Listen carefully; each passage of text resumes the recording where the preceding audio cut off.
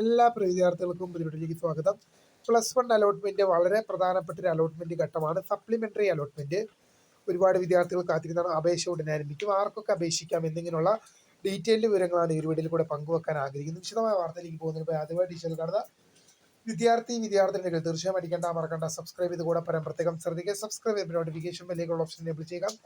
Channel videos നിങ്ങൾക്ക് ഉപകാരപ്രദമാകുന്ന തീർച്ചയായും ലൈക്കും കൂടി ചെയ്തോ നിങ്ങളുടെ സുഹൃത്തുക്കളിലേക്ക് ഷെയർ ചെയ്ത് കൊടുക്കാനും കൂടി പ്രത്യേകം ശ്രദ്ധിക്കുക. അതുപോലെ തന്നെ നമ്മുടെ ചാനൽ വാട്സ്ആപ്പ് ചാനൽ ജോയിൻ ചെയ്യാൻ ആഗ്രഹിക്കുന്നവർ വാട്സ്ആപ്പ് ചാനൽ കൂടി ജോയിൻ ചെയ്യുക. അപ്പോൾ നമുക്ക് ഇതിനെ വളരെ പ്രധാനമായി നോക്കാം. +1 അലോട്ട്മെന്റിന്റെ വളരെ പ്രധാനപ്പെട്ട ഒരു ഘട്ട അലോട്ട്മെന്റ് ആണ് സപ്ലിമെന്ററി അലോട്ട്മെന്റ്. അപേക്ഷ ഒരു ജൂലൈ മാസം 5 കൂടി തന്നെ ഉണ്ടാകും എന്നുള്ള അപ്ഡേറ്റുകളാണ് ഇപ്പോൾ പുറത്തു വരുന്നത്. നിലവിൽ അതുമായി ബന്ധപ്പെട്ട് നോട്ടിഫിക്കേഷൻ വന്നിട്ടില്ല. എന്നാൽ ജൂലൈ മാസം 5 കൂടി തന്നെ അതിന്റെ നോട്ടിഫിക്കേഷൻ ഉണ്ടാകും. കാരണം തേർഡ് അലോട്ട്മെന്റിന്റെ അഡ്മിഷൻ അവസാനിക്കുന്നത് ജൂലൈ 3 അതിനുശേഷം സപ്ലിമെന്ററി ഘട്ടം ഉണ്ടാകും എന്നുള്ള അപ്ഡേറ്റ് ആണ് നമുക്ക് ലഭിക്കുന്നത്. ആർക്കൊക്കെ ഇതിനായി അപ്ലൈ ചെയ്യാം? മുഖ്യഘട്ടത്തിലെ 3 അലോട്ട്മെന്റുകളിലും അപേക്ഷ സമർപ്പിച്ചിട്ടും അലോട്ട്മെന്റ് ലഭിക്കാതെ പോയവർക്ക് അപ്ലൈ ചെയ്യാൻ സാധിക്കും.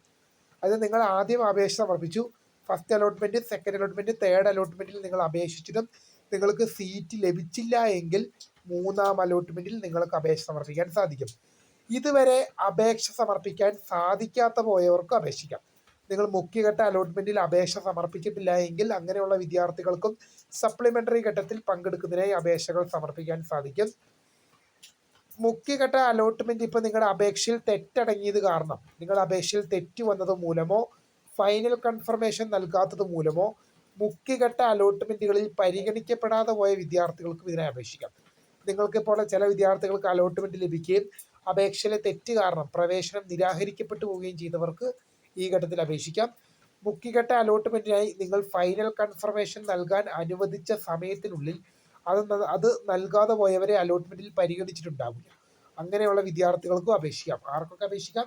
ഇതുവരെ അലോട്ട്മെന്റ് അപേക്ഷ കൊടുത്തിട്ട് അലോട്ട്മെന്റ് ലഭിക്കാതെ പോയവർ, ഇതുവരെ അപേക്ഷ സമർപ്പിക്കാൻ സാധിക്കാതെ പോയവർ, അപേക്ഷയിലെ തെറ്റ് കാരണം ലഭിച്ച സീറ്റ് നഷ്ടമായി പോയവർ, അതുപോലെ തന്നെ പ്രവേശനം നിങ്ങൾ ഫൈനൽ കൺഫർമേഷൻ നൽകാത്തത് മൂലം പ്രവേശനം നിങ്ങൾ പരിഗണിക്കപ്പെടാതെ പോയവർ, ഇങ്ങനെയുള്ള എല്ലാ വിദ്യാർത്ഥികൾക്കും തന്നെ അപേക്ഷ സമർപ്പിക്കാൻ സാധിക്കും. അപ്പോൾ ഇതുമായി ബന്ധപ്പെട്ട കൂടുതൽ അപ്ഡേറ്റുകൾ വരും മണിക്കൂറുകളിലും വരും ദിവസങ്ങളിലും അറിയിക്കാം. അപ്പോൾ പുതിയ കാണുന്നതിന് വേണ്ടി മിസ്കർ ദ ഫോൺ ബൈ